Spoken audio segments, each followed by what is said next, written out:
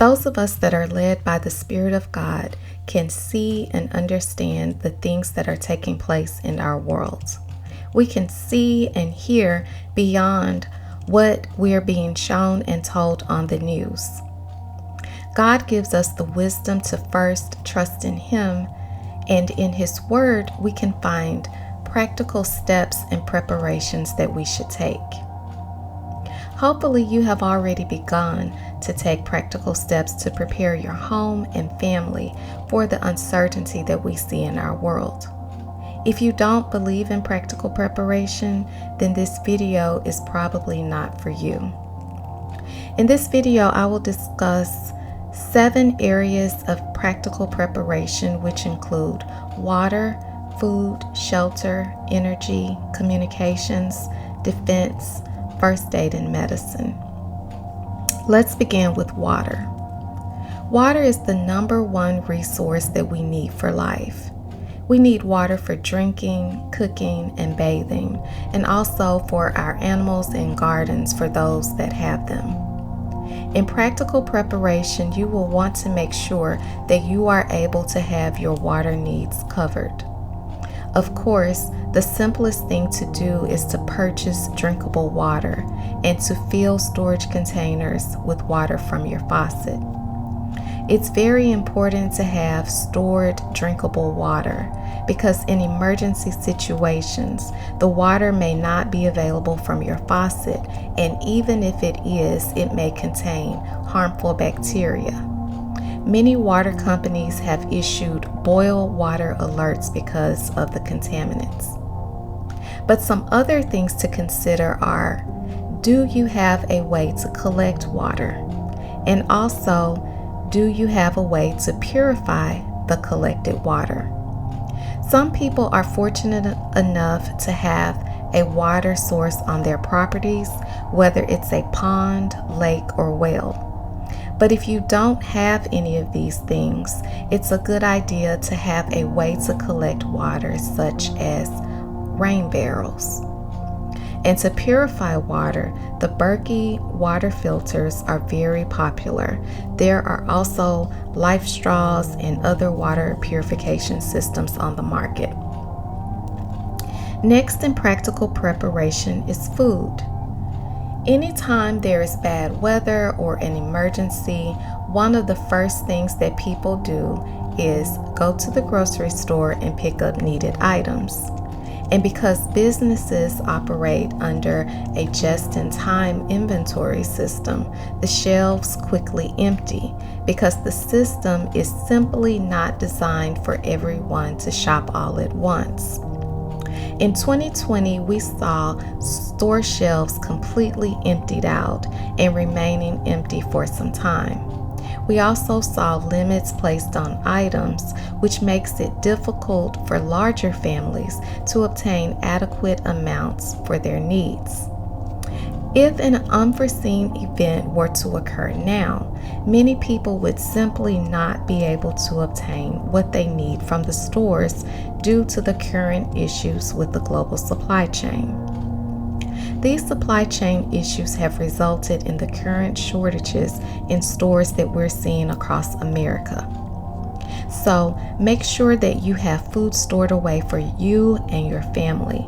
Store what you can. And I would recommend that you do it now if you haven't already. The next area of practical preparation is shelter. In America, of course, we have some homeless people, but overall, shelter is not something that most Americans have really had to worry about. However, due to all of the mandates that are being issued, many Americans are losing their livelihoods and main sources of income. Not only is this challenging, but it is a very unique and different time that our country has never seen before. People that want to work and that have the necessary skills and experience are being fired from their jobs, and not because there isn't actual work available. They are being fired because of their convictions and for not following the issued mandates. In this case, People would need to seek and hopefully find employment elsewhere, have sufficient savings, or work as an entrepreneur. But if you find yourself in this situation, which many have, you will have to think about where you will live. Will you be able to afford to stay in your current home? What are your housing options? This is a sad time for this country. America should be ashamed. The next area is energy. In a modern society, we use energy for just about everything, and it's very challenging when we experience power outages. But unfortunately, it happens and is a fact of life. During an emergency, what are your specific energy needs and how will you meet them? This will vary from one person to the next and should be a particular area of concern for those that have certain medical needs and or rely on medical equipment. You will want to make sure that you have a source of energy for cooking, keeping warm, and for your electronics. Solar generators and panels are some options along with the more traditional fuel generators. At the very least, you will want to make sure that you have candles, flashlights, and batteries, along with lighters to start a fire. The next area is communications. We rely heavily on our cell phones and internet services. But what if these things are down, and especially for an extended period of time?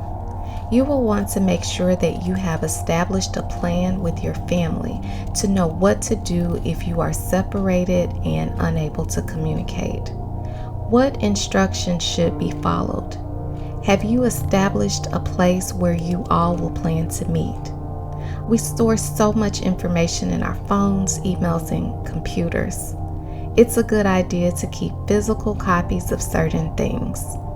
For example, keep a physical copy of important phone numbers and addresses. Also, make sure that you know your important account numbers. Just take a moment to think, in the event that you were unable to access the internet, what is the most important information that you would need, and begin to make preparations to keep a physical record of these items. The next area is defense. In an emergency situation, police services would be extremely busy. As a result, wait times for the police would be greatly increased. And unfortunately, as we have seen, times of emergencies can bring out the worst in people. It is important that you have the ability to defend yourself, your family, and your home. And last but certainly not least, you will need to have first aid and medicine.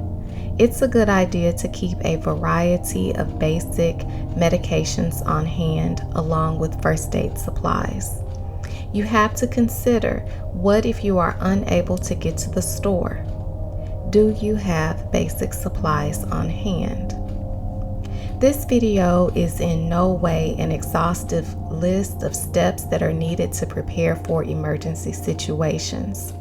But I hope that it does give you some things to think about and maybe highlight some areas that you can improve upon in order to be prepared. If you have already taken steps for practical emergency preparation, please share some of your best tips in the comments section. Thank you for watching.